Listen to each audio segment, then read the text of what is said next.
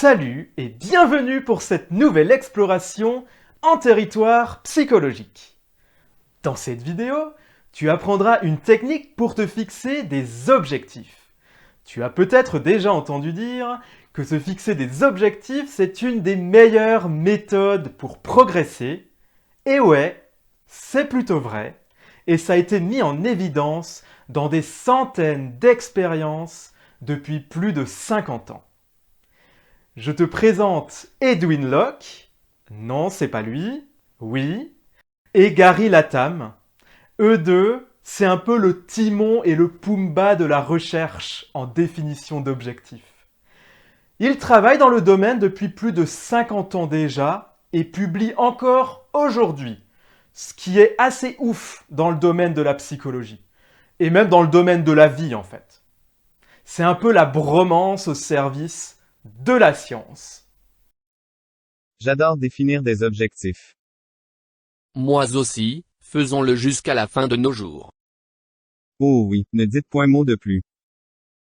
En 2019, ils ont publié ensemble un article intitulé « Le développement de la théorie d'établissement d'objectifs, une rétrospective d'un demi-siècle ».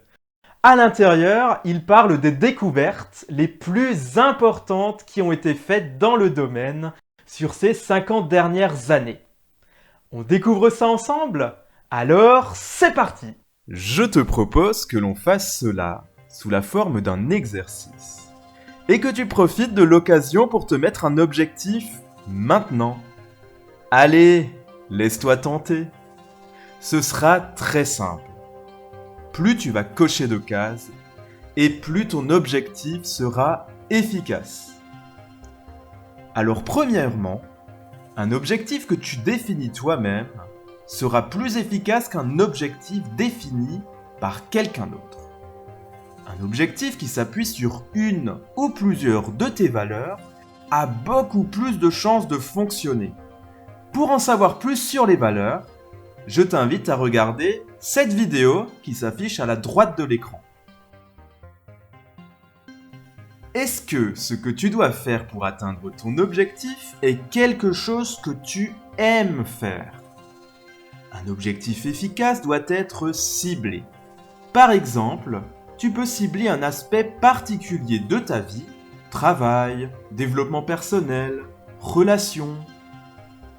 Il est très utile d'avoir du feedback, c'est-à-dire de savoir, à un certain moment, où tu en es de manière précise, et aussi si tu vas dans la bonne direction ou pas.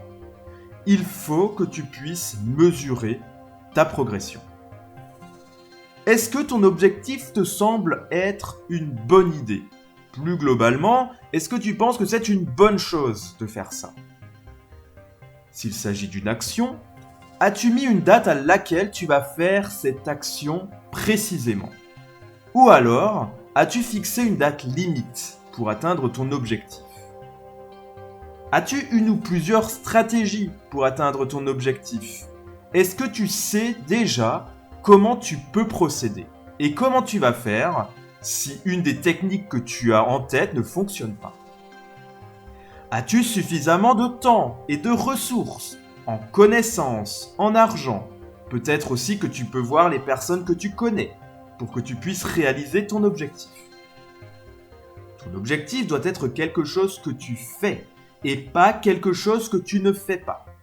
Par exemple, si tu vas arrêter de fumer, il vaut mieux te dire ce que tu feras précisément au moment où tu ressentiras du manque. Par exemple, tu peux aller faire du sport, plutôt que de dire simplement « j'arrête ». De manière plus générale, s'il est plus facile pour toi d'atteindre ton objectif en étant mort, c'est que ton objectif est mal formulé. Sur une échelle de 1 à 10, à combien penses-tu que tu réaliseras l'objectif? En dessous de 7, il est conseillé de changer. Maintenant, il est important de bien faire la différence entre un objectif d'apprentissage et un objectif de performance.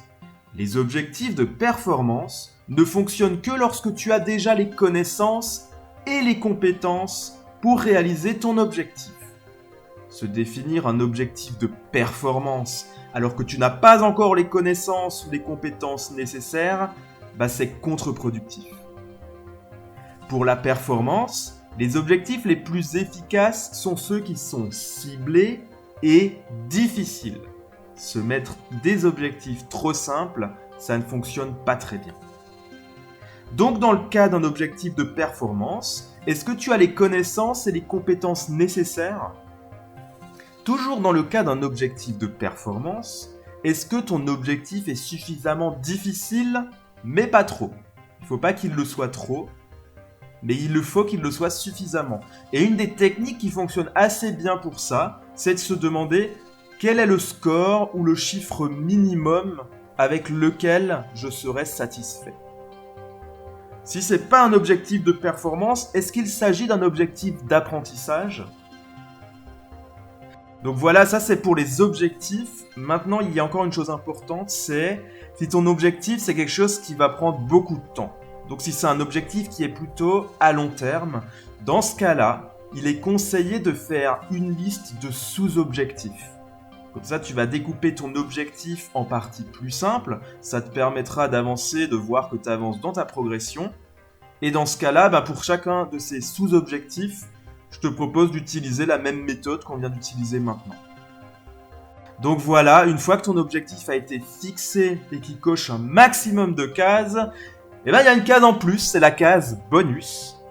Il y a de nombreuses recherches qui ont montré que prendre un peu de temps pour écrire sur ton objectif, notamment pourquoi tu comptes l'atteindre, pourquoi il est important pour toi, comment tu vas faire, quelles sont les stratégies que tu vas utiliser, qu'est-ce que c'est que ton objectif. Si tu réponds à ces questions en écrivant 1 ou 2 paragraphes, tu vas augmenter l'efficacité de ton objectif. Et voilà, c'est fait. Je t'ai mis dans la description une fiche que tu peux télécharger qui reprend les différents points. Elle te sera utile quand tu voudras te fixer un nouvel objectif. Tu n'as bien sûr pas besoin de remplir toutes les cases, mais plus tu en rempliras, et plus ton objectif sera efficace. Maintenant, tu sais comment te mettre des objectifs efficaces. N'oublie pas que sortir de sa zone de confort, c'est toujours un peu désagréable. Je te mets aussi en garde contre de possibles effets négatifs des objectifs, car il y en a aussi. En 2006, Ordóñez et ses compères Schweitzer, Galinsky et Bazerman ont tiré la sonnette d'alarme en publiant un article intitulé « Goals Gone Wild », les effets néfastes de la surutilisation des objectifs, où il est notamment indiqué que attention à ne pas être tellement focalisé sur tes objectifs que tu en oublies tout le reste. Attention aussi aux objectifs trop difficiles qui peuvent avoir des effets néfastes. Attention aussi car les objectifs, notamment dans le milieu du travail, peuvent conduire à des comportements pas éthiques. Par exemple, arnaquer les clients pour augmenter les ventes. Enfin, se focaliser sur des objectifs à court terme, ça peut te faire perdre ta vision à plus long terme. J'espère que tu as apprécié cette vidéo et si c'est le cas, je t'invite à la liker, la partager et surtout à t'abonner à la chaîne pour en découvrir encore plus la prochaine fois. Tu peux aussi laisser un commentaire avec l'objectif que tu t'es fixé pour inspirer les autres. Je te souhaite de bonnes expérimentations et te dis à la prochaine!